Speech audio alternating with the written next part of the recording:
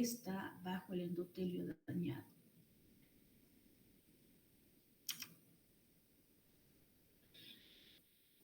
Entonces, la plaqueta segrega ADP y sus enzimas forman tromboxano A2. Si ustedes recuerdan, habíamos nombrado en un inicio el tromboxano A2 y les había comentado que el tromboxano A2 es un vasoconstrictor y junto a este adenosindifosfato y al, a, a los fosfolípidos actuaban al factor activador de plaquetas, perdón. El ADP tromboxano activa las plaquetas cercanas y hace que se activen y se adhieran a otras activadas. De esta manera van a formar el tapón plaquetario, que al principio va a ser laxo, pero luego con las hebras de fibrina van a empezar a formar el tapón inflexible. Entonces, en resumen, nosotros debemos recordar que el reclutamiento de las propias plaquetas y las cuales van a segregar ADP y sus enzimas y van a formar no solo tromboxano A2, sino también van a formar ADP y también formarán el factor activador de plaqueta. Estos factores, vuelvo a repetir, el ADP, el factor activador de plaquetas, el tromboxano A2, estos factores que son secretados por las plaquetas, la función muy importante de estos factores es reclutar plaquetas adicionales, provocando la agregación de más plaquetas hacia el sitio donde se quiere reparar. Por favor, no olviden al ADP, al tromboxano A2 y al factor activador de plaquetas, ¿no? Que son muy importantes para el reclutamiento de las propias plaquetas. Ahora, después de que se han dado estos mecanismos generales y los hemos explicado a grosso modo, obviamente tiene que ocurrir la coagulación del vaso roto en sí. Entonces, el tercer mecanismo aparece entre 15 a 20 segundos o 1 o 2 minutos, dependiendo si el trauma es menor o mayor. 3 a 6 minutos ya la lesión se rellena de coágulo y cuando pasa 20 minutos a 1 hora, el coágulo empieza a retraerse. Entonces, aquí este cuadrito es esquemático porque representa un vaso lesionado. Aquí podemos ver lo que habíamos, entonces aquí ha ocurrido el espasmo no local, ha empezado a activarse las plaquetas, hay aglutinación de las plaquetas, lo que acabamos de explicar, están tratando de sellar este vaso roto y aparece la fibrina. Y cuando aparece la fibrina se tiene que formar ya el coágulo de fibrina y esta red se hace más fuerte y de esta manera recién aparece la retracción del coágulo dejando esta malla de fibrina para sellar esa herida.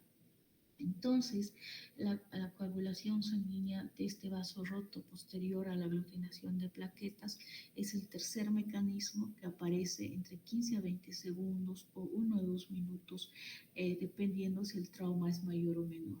3 a 6 minutos, en 3 a 6 minutos la lesión debería estar ya rellenada de coágulo y cuando ha pasado más o menos 20 minutos a 1 hora, entonces el coágulo se retrae. Estos factores de coagulación los vamos a ver más adelante, los van a ir conociendo ahora, vamos a ver por qué son importantes.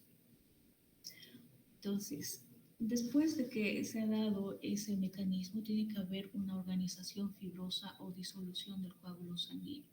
Entonces, una vez que se ha formado el coágulo, como habíamos visto en el anterior dibujo, pueden invadirlo los fibroblastos. Estos fibroblastos se van a formar del tejido conjuntivo por todo el coágulo. Entonces pueden invadirlo y forman estos tejidos conjuntivos en toda la lesión.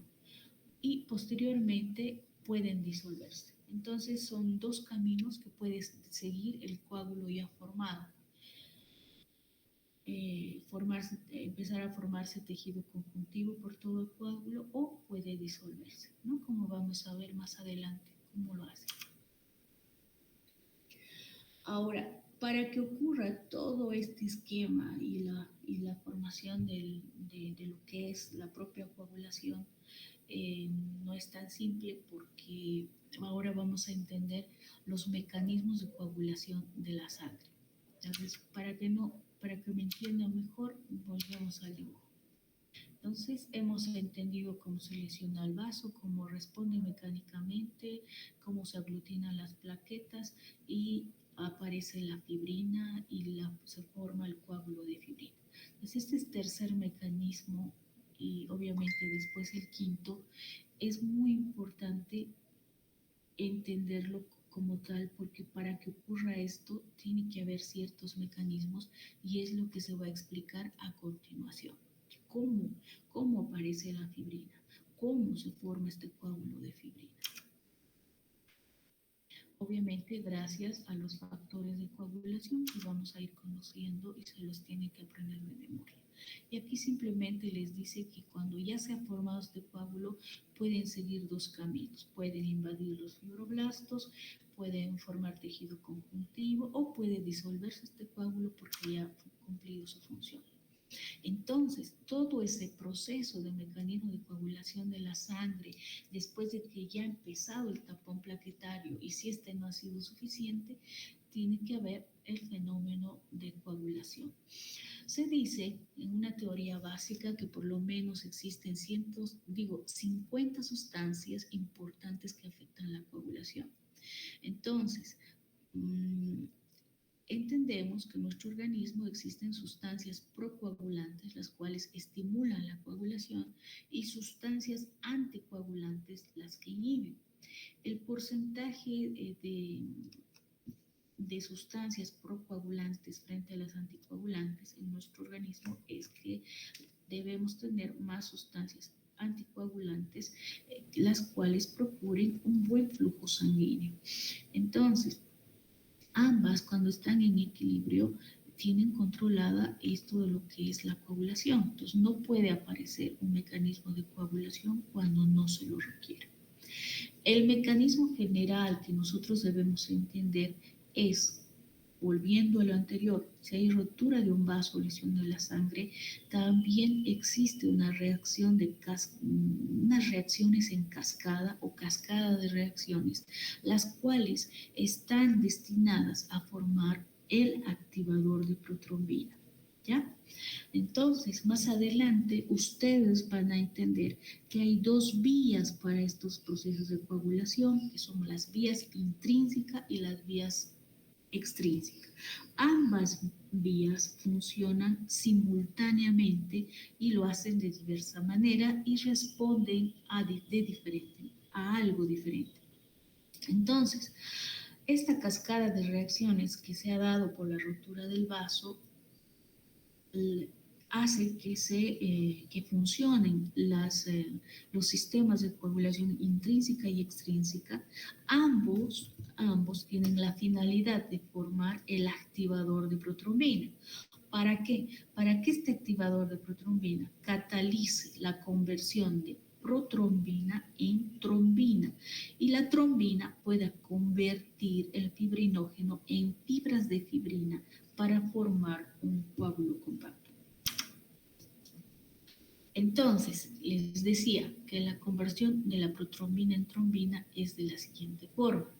Ambos sistemas de coagulación, tanto intrínseca y extrínseca, tienen la finalidad de formar el activador de protrombina. Y en presencia de calcio, esta protrombina se convierte en trombina gracias a todo esto. Y la trombina, a su vez, junto con el factor estabilizador de fibrina, coadyuva a que estas fibras de fibrina se entrecrucen y sean más resistentes. Por otra parte, esta protrombina, que gracias al activador de protrombina y al calcio han formado la trombina ejerce función sobre el fibrinógeno. Entonces el fibrinógeno forma monómeros de fibrinógeno, el cual en presencia de calcio empieza a formar fibras de fibrina. Vuelvo a repetir, la conversión de la protrombina en trombina es importante para formar las fibras de fibrina entrecruzadas. La vía intrínseca y extrínseca, como las vamos a ver por separado, tiene la finalidad de formar un activador de protrombina. Este, en presencia de calcio, hace que la protrombina se convierta en trombina. La trombina tiene injerencia sobre el fibrinógeno y el fibrinógeno forma monómeros de fibrinógeno y en presencia de calcio empieza a formar fibras de fibrina. Estas fibras de fibrina forma fibras de fibrina entrecruzadas, pero necesita el factor estabilizador de la fibrina, que a esto refuerza la propia trombina, haciendo que la trombina y el factor estabilizador de fibrina activado otra vez tengan injerencia sobre las fibras de fibrina para formar las fibras de fibrina entrecruzadas. ¿Quiénes son la protrombina y la trombina? La protrombina es una proteína del plasma, es una alfa-2 globulina, tiene un peso molecular sumamente alto de 68.700 daltons. Su concentración en el plasma apenas es de 15 miligramos por decilitro. Es una proteína inestable. Es importante que recuerden que se forma en el hígado y que necesita vitamina K para que se pueda formar protrombina. Esta protrombina se desdobla en compuestos pequeños como la trombina, como hemos visto anteriormente. Entonces, recordar que es una proteína del plasma alfa-2 globulina, tiene un peso molecular alto, es inestable esta proteína y es muy importante que recuerden, la protrombina también se la conoce como factor 2. Vamos a ver que existen muchos factores de coagulación, los cuales ustedes tienen que aprender muy bien para que puedan entender lo que es la coagulación en sí. Desde ya esta proteína o factor 2 se forma en el hígado y es vitamina K dependiente, como vamos a ver más adelante, qué factores de coagulación son vitamina K dependientes, ¿no? Necesitan de la vitamina K para que puedan ser formados en el hígado. Entonces, ustedes han visto que al formarse el factor activador de protrombina, se empiezan a desdoblar en compuestos pequeños como la trombina. Conversión del fibrinógeno en protrombina. A ver, antes que pasemos de la protrombina a trombina, en realidad la trombina en sí, la trombina tiene también todavía un peso molecular alto cuando es todavía pequeña y ha venido de los compuestos desdoblados de la protrombina. Tiene un peso molecular de 33.700, casi la mitad de la protrombina. Eso es lo único que quería recordarles. Conversión del fibrinógeno en fibrina. El fibrinógeno es una proteína que también tiene un peso molecular sumamente alto, 340.000, por lo tanto, al ser de este peso molecular tan alto, pasa poco al intersticio. Tiene una concentración plasmática de 100 a 700 miligramos por decilitro, también se forma en el hígado. No es vitamina K dependiente, pero representa el factor 1 de coagulación. ¿Ya? Los líquidos intersticiales no se coagulan en el fibrinógeno porque el fibrinógeno es escaso normalmente. O sea, nuestros líquidos intersticiales obviamente no se coagulan cuando Sin embargo, cuando existe un tipo de patología o cuando han pasado cantidades suficientes de fibrinógeno por encontrarse más permeable los vasos y por alguna razón en una situación de inflamación dejan pasar estos fibrinógenos, entonces en el intersticio empiezan a encontrarse cantidades suficientes y permite la coagulación en los espacios intersticiales, lo cual no es normal. ¿Cuál es la acción de la trombina que habíamos visto sobre este fibrinógeno para formar la fibrina? Primero tenemos que recordar que existe un factor estabilizador de fibrina que está en el plasma normal y que también está liberado por las plaquetas que han sido atrapadas por el coágulo. El factor estabilizador de fibrina puede activarse por sí mismo o también con la ayuda de la trombina, como habíamos visto anteriormente, y ya activado opera como enzima, creando unos enlaces covalentes, haciendo más fuerte esta malla de fibrina y esa es su finalidad. Entonces, cuando digo que el factor estabilizador de fibrina puede activarse por sí mismo o con ayuda de la trombina, me refiero a esto que ya les había mostrado con anticipación. Esta trombina que ayuda también con el factor estabilizador de la fibrina activado, que actúa sobre la fibrina y al mismo tiempo lo está haciendo la trombina por el fibrinógeno, por esta vía. ¿Para qué? Para mejorar las fibras de fibrina entrecruzadas. Entonces, por favor, no olviden esto, que el factor estabilizador de fibrina puede activarse por sí mismo o con ayuda de la trombina. El coágulo sanguíneo. Entonces, el coágulo sanguíneo, como hemos visto, va a estar compuesto por una red de fibras. Esa ha sido la finalidad de todo. Formar una red de fibras de fibrina que van en todas direcciones, las cuales van a atrapar las células sanguíneas, las plaquetas, el plasma, y las fibras de fibrina se adhieren a las zonas que han sido dañadas. Así, el coágulo de sangre se hace adherente a la brecha vascular, impidiendo de esta manera la pérdida sanguínea. Después de que ya se forma el coágulo y de que ya ha cumplido su finalidad, ocurre un fenómeno de retracción del coágulo y deja salir un suero. Entonces el coágulo empieza a contraerse, empieza a exprimirse y empieza a salir la mayor parte del líquido del suero en más o menos 20 a 60 minutos. Para que ocurra esta retracción del coágulo son importantes las plaquetas, porque unen fibras diferentes entre sí al unirse a las fibras de fibrina. Liberan sustancias procoagulantes como el estabilizador de fibrina y activan moléculas como la miosina, como la actina, como la trombostenina. Si ustedes recordarán, en un inicio hablamos sobre las particularidades y características de una plaqueta. Entonces, para aquí también son importantes. ¿Por qué? Porque empiezan, vuelvo a repetir, a unir fibras de fibrina, liberan sustancias procoagulantes como el factor estabilizador de fibrina, activan moléculas de miosina, de actina, trombostenina, las cuales son importantes porque las dan las plaquetas, ¿no? Son unas proteínas contráctiles.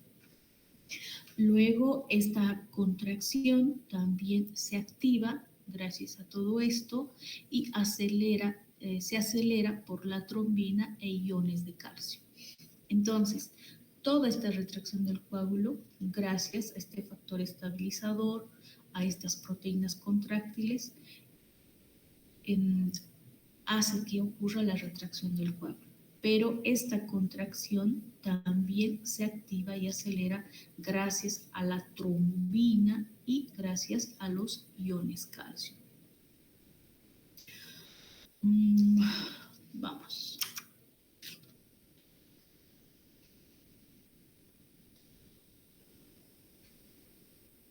Retroalimentación positiva de la formación del coágulo. ¿Qué nos quiere decir? Hemos visto anteriormente cómo todos coadyuvan a la retracción del coágulo.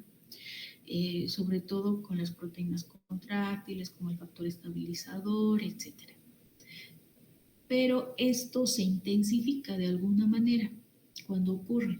Por eso se llama retroalimentación positiva. Entonces, el propio coágulo inicia una especie de círculo vicioso para promover más coagulación, formándose más y más trombina. Entonces, la acción proteolítica de la trombina le permite actuar sobre otros factores de coagulación y es como un círculo vicioso mientras se necesite sellar esa herida. Entonces, para que estos procesos de coagulación o vías tanto intrínseca o extrínseca formen el activador de protrombina, necesitamos la formación de este activador de la protrombina. Entonces, cuando hay un traumatismo de la pared vascular y de tejidos adyacentes, traumatismo de la propia sangre, un contacto de la sangre con células dañadas o con el colágeno, cuando hay una lesión, todas hacen que funcionen a la vía intrínseca y extrínseca, cuya finalidad es formación del activador de protrombina. En otras palabras, todo este traumatismo, todo esto hace que se empiece a formar el activador de protrombina a través de las vías intrínseca y extrínseca. Cada una empieza a funcionar en forma simultánea cuando se ha dado un traumatismo. Esta responderá al traumatismo de la sangre. La vía extrínseca responderá al traumatismo de la pared vascular y a tejidos adyacentes. Cada una de estas vías tiene la particularidad de formar el activador de protrombina, cada una por su lado. La vía extrínseca del inicio de la coagulación se da cuando ha existido un traumatismo tisular y obviamente va a haber factores o sustancias tisulares que empiezan a activar el factor 7. Este factor 7 activado junto con estas sustancias o factores tisulares inciden sobre el factor 10, que en presencia de calcio activan al factor 10. El factor 10 activado en presencia de calcio con estimulación del factor 5 y los propios factores tisulares empiezan a formar el activador de protrombina. ¿Ya? Este activador de protrombina, como hemos visto al inicio, que se ha formado a través de esta vía, gracias a los fosfolípidos de las plaquetas y en presencia de calcio, hacen que esta protrombina hace que esta protrombina forme trombina, ¿no? Son pequeñas partes, se van dividiendo y forman la trombina. A su vez, se acuerdan que había una retroalimentación positiva, la propia trombina incentivaba más al factor 5 y junto al calcio aumenta la actividad del factor 10 activado para formar el activador de protrombina. Entonces, esta es la vía extrínseca del inicio de la coagulación. ¿Qué es importante recordar para ustedes? ¿Qué factores intervienen? ¿Qué sustancias son importantes? ¿Y cómo se inicia la vía extrínseca? Desde ya se inicia, si ustedes ven, solo hay 1, 2, 3 pasos. Traumatismo tisular. Se imaginan y ven lesionado un tejido y un vaso. Van a segregarse sustancias, ¿no? Y estos los vamos a llamar factor tisular. El factor tisular va a crear una cascada de reacciones junto al factor 7 que lo va a activar sobre el factor 10 para formar el factor activador de protrombina, que a su vez este va a incidir sobre la protrombina para formar la trombina. Y aquí ocurre un mecanismo de retroalimentación positiva. ¿Qué debo recordar? Traumatismo tisular, factor tisular, el factor 7, el 7 activado, factor 10, presencia de calcio, factor 5 que está estimulado por la trombina, la formación del activador de protrombina, la acción de los fosfolípidos de las plaquetas con la finalidad de que esta protrombina se convierta en trombina, siempre en presencia de calcio. 1, 2, 3. Vía intrínseca del inicio de la coagulación. Para que la vía intrínseca se inicie simultáneamente con la vía extrínseca, ha tenido que haber un traumatismo en la sangre y contacto con el colágeno. Entonces, este es un proceso más interno, por eso se llama vía intrínseca. La sangre traumatizada y en contacto con el colágeno hace que el factor 12 se active. El factor 12 activado activa el factor 11 en presencia de cininógeno de precalicreína. Este factor 11 activado en presencia de calcio actúa sobre el factor 9, lo activa. Este factor 10 activado, 9 activado, activa al factor 10, pero necesita del factor 8 que ha sido activado por la trombina, y este factor 10 en presencia del factor 8 activado con la injerencia del factor 9 activado y en presencia de calcio, activan a este factor 10. Este factor 10 en presencia de calcio formará el activador de trombina.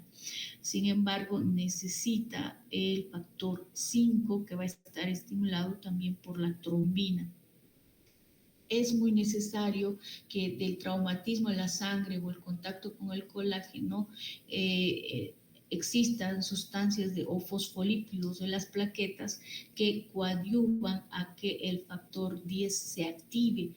Y además, estas plaquetas y fosfolípidos tengan injerencia para que este factor 10 que ya se ha activado junto a la presencia del calcio y por injerencia del factor 5 logren formar el activador de protrombina, y volvemos a ver otra vez los fosfolípidos de las plaquetas que coadyuvan a que esta junto al activador de protrombina y el calcio, que esta protrombina se convierta en trombina.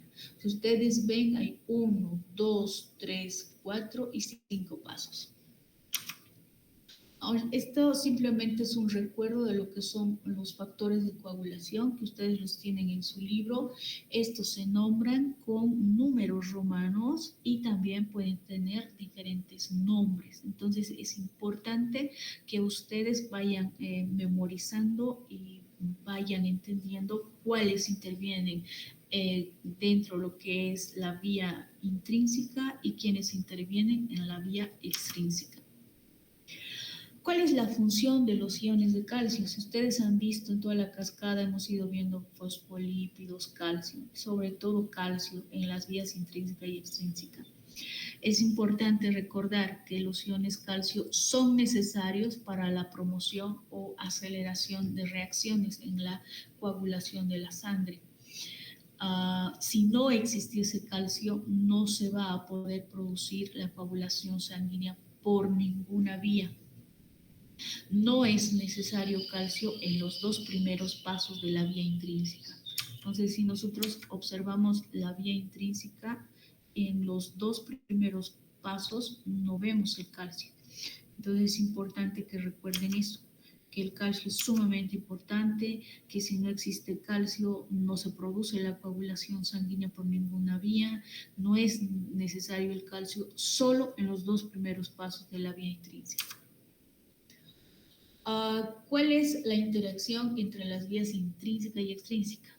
Entonces, aquí Guyton nos resume el inicio de la coagulación y nos dice que cuando hay ruptura de vasos sanguíneos, existe, además de los otros mecanismos que hemos entendido y nombrado con anterioridad, nos está hablando solamente de que cuando ocurre la ruptura de los vasos sanguíneos y se van dando otros mecanismos, hay un inicio simultáneo de la vía intrínseca y extrínseca, que el factor tisular inicia la vía extrínseca y el contacto del factor 12 de las plaquetas con el colágeno es el que va a iniciar la vía intrínseca. Esto deben recordar.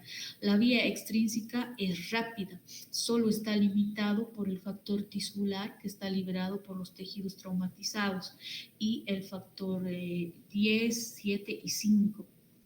Entonces, cuando se les pregunte por qué está limitada la vía extrínseca, ustedes dirán que solo está limitada por el factor tisular que ha sido liberado por los tejidos traumatizados y por el factor 10, por el factor 7 y por el factor 5.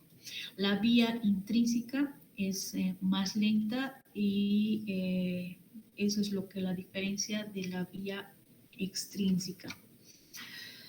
A ver,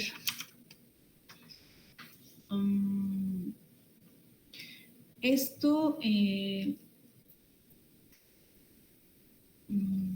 a ver, la prevención de la coagulación sanguínea en el sistema vascular normal.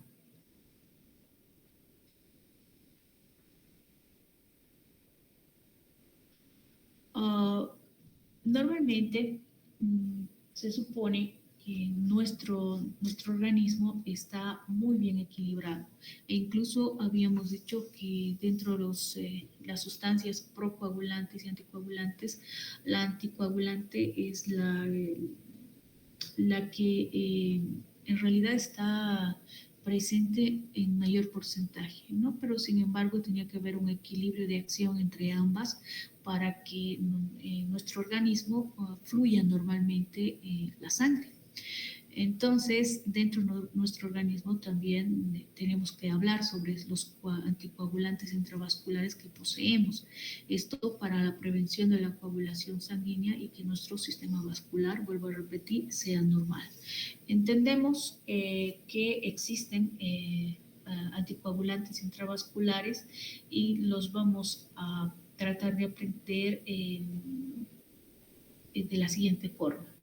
En primer lugar, tenemos factores de la superficie endotelial. En segundo lugar, tenemos la acción antitrombínica de la fibrina y la antitrombina 3, que las vamos a conocer, y la heparina, que tenemos en poca cantidad, pero que tiene una función sumamente importante en nuestro organismo.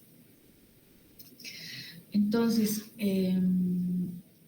¿cuáles son los factores de la superficie endotelial? En pocas palabras, la mayoría de nuestros tejidos son sumamente lisos, de superficies lisas, deslizantes, y cuando ocurre algún fenómeno patológico o una herida, esta lisura se pierde, ¿ya? Y empieza el proceso de coagulación. Por eso se nombra a los factores de la superficie endotelial con la capa de glucocáliz, la cual les había comentado, la trombomodulina, que unida a la trombina puede activar a la proteína C. La proteína C activada es un factor anticoagulante, es vitamina K dependiente, está formada en el hígado, pero no es un factor coagulante, es un factor anticoagulante. ¿Ya? Entonces, desarrollamos cuáles son los factores de la superficie endotelial. Entonces, les había dicho que la lisura de la superficie endotelial evitaba la activación por contacto del sistema de coagulación intrínseco. En segundo lugar, la capa de glucocáliz que está en el endotelio. El glucocáliz es si ustedes recuerdan, es un mucopolisacárido que está en las superficies de las células endoteliales. Este repele los factores de coagulación, repele las plaquetas y así impide la activación tanto de los factores de coagulación y de las propias plaquetas. Por otra parte, tenemos una proteína que es la trombomodulina, ¿no? Esta proteína está unida a la membrana del endotelio vascular, tiene la particularidad de unirse a la trombina. Entonces, no solo la unión de la trombina, la trombomodulina, va a retrasar el proceso de coagulación al retirar la trombina, sino que este complejo que se ha formado, que es la trombomodulina y trombina, activa además una proteína, esta proteína plasmática que está formada en el hígado y que es vitamina K dependiente. Esta unión activa esta proteína. Esta proteína C actúa como un anticoagulante porque va a inactivar a los factores 5 y 8 que ya están activados. Vuelvo a repetir, esta unión de la trombomodulina unida a la trombina, ambas activan a la proteína C. La proteína C es una proteína que está formada a nivel del hígado, es vitamina K dependiente. La proteína C, que ha sido activada gracias a esta unión, actúa como un anticoagulante al inactivar a los factores 5 y 8 activados, ¿no? Entonces, si se dañase la pared endotelial, obviamente se está perdiendo la lisura, su capa de glucocáliz, la trombomodulina, y de esta manera recién podría activar al factor 12 y a las plaquetas y se desencadenaría la vía intrínseca de la coagulación. Si el factor 12 y las plaquetas entran en contacto con este colágeno subendotelial, la activación sería mucho más poderosa. Entonces, de esta manera, esta superficie lisa y todos estos componentes evitan que exista un fenómeno de coagulación cuando este no es necesario. También se habla de que existen células endoteliales intactas como otras sustancias. Ustedes las han aprendido en fisiología circulatoria cuando han llevado vasos. Han hablado de la prostaciclina, han hablado del óxido nítrico, los cuales inhiben la agregación plaquetaria y el inicio de coagulación sanguínea. Entonces es importante que aquí también recuerden que las células endoteliales que están intactas producen sustancias como la prostaciclina y el óxido nítrico, ¿no? Recordar que la prostaciclina es conocida también como prostaglandina I2, ¿no? Que es un miembro de la familia de los eucosanoides, pero lo más importante que deben recordar ustedes es que es un vasodilatador, así como un inhibidor de la agregación plaquetaria. Entonces, recordar también al óxido nítrico, que es un potente vasodilatador que está liberado por células sanas del endotelio vascular, por todo el organismo, y también es un inhibidor de la agregación plaquetaria. Por favor, no se olviden de esos dos, prostaciclina y óxido nítrico. Luego tenemos la acción antitrombínica de la fibrina y la antitrombina 3. Dentro de lo que son los anticoagulantes más importantes en la propia sangre, son aquellos que van a eliminar a la trombina de la sangre, y los más poderosos que conocemos son las fibras de fibrina que se forman durante el proceso de coagulación y la alfa-globulina, llamada antitrombina 3. Alfa-globulina llamada antitrombina 3 o cofactor antitrombina heparina. Mientras se forma un coágulo, aproximadamente en el 85-90% de la trombina formada a partir de la protrombina que hemos visto va a ser absorbida por estas fibras. Estas fibras de fibrina, a medida que van apareciendo, la van absorbiendo el coágulo, y esta absorción va a evitar la diseminación de esta protrombina por el resto de la sangre y por tanto evita que se extienda el coágulo en forma excesiva. La trombina no se absorbe en las fibras de fibrina, se combina enseguida con esta antitrombina 3. Esta antitrombina 3 que está unida, se bloquean de esta manera van a bloquear aún más el efecto de la trombina sobre este fibrinógeno, y después inactivan también a la propia trombina por lo menos durante 20 segundos. La heparina. La heparina es otro poderoso anticoagulante, pero dado que su concentración en la sangre es sumamente baja, normalmente, mm, tiene efectos anticoagulantes significativos, pero solo en condiciones fisiológicas especiales. Sabemos que la heparina se utiliza farmacológicamente en la práctica médica en concentraciones más altas, sobre todo la utilizan para evitar la coagulación intravascular en pacientes postquirúrgicos o en aquellos que los requieran o que tengan necesidad de usarla porque son personas que tienden a tener, que su cuerpo tiende a formar coágulos sanguíneos. Entonces, recordar simplemente que la heparina es un polisacárido que está conjugado con una carga muy negativa. Solita tiene pocas propiedades anticoagulantes, pero esta cuando se une a la antitrombina 3 aumenta la eficacia para eliminar la trombina, ¿no?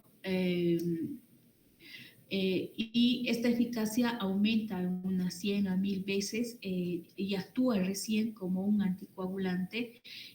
Por tanto, cuando existe una alta concentración de heparina, la eliminación de la trombina libre circulante mediante la antitrombina 3 a la cual se ha unido es casi instantánea.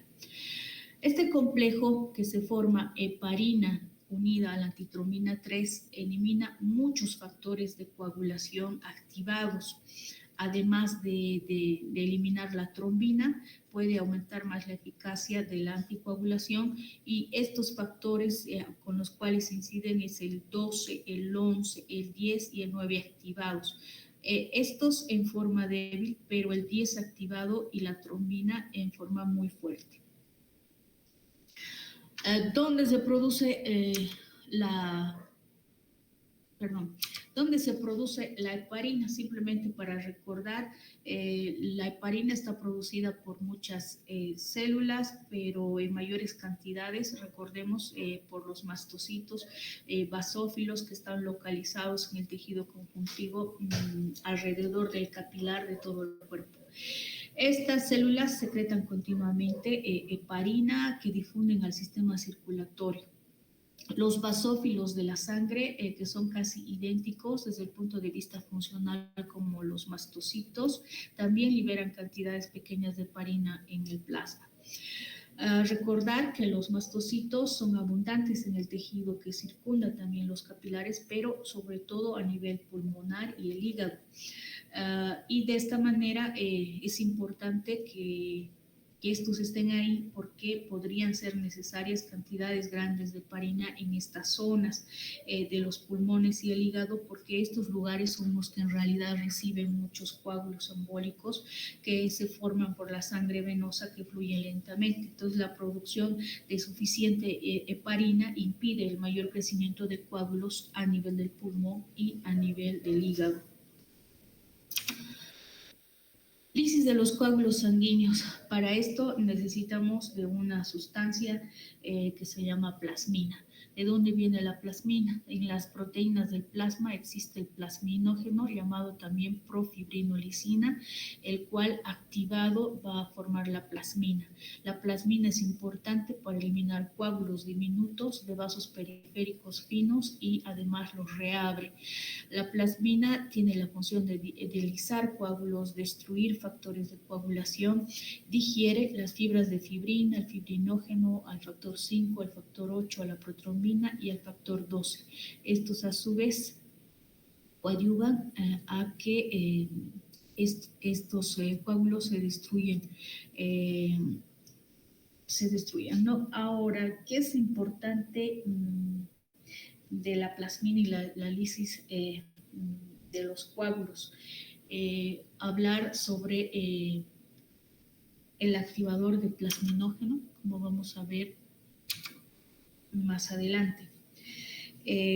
Cuando se ha formado un coágulo, sabemos que se tiene que atrapar gran cantidad de plasminógeno en todo el coágulo junto a otras proteínas del plasma, ¿no?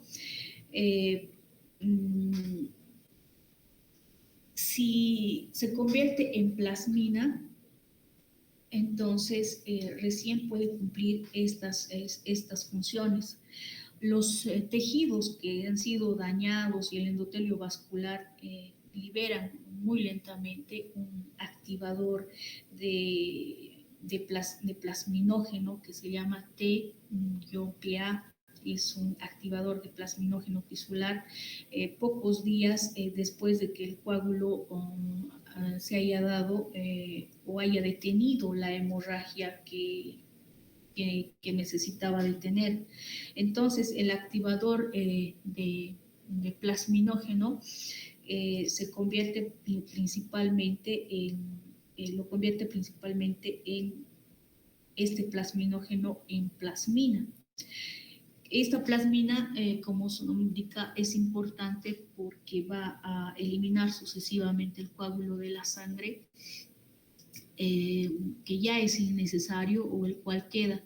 Y muchos vasos sanguíneos pequeños cuyo flujo sanguíneo ha sido bloqueado por coágulos empiezan a reabrirse por estos mecanismos y su función especialmente es importante en el sistema, de este sistema de plasmina porque tiene que eliminar los coágulos diminutos de millones de vasos periféricos finos y finalmente que si no lo hace o no hubiese la plasmina se cerrarían y no habría manera de limpiarnos y provocaría alteraciones en la irrigación de los tejidos, ¿no?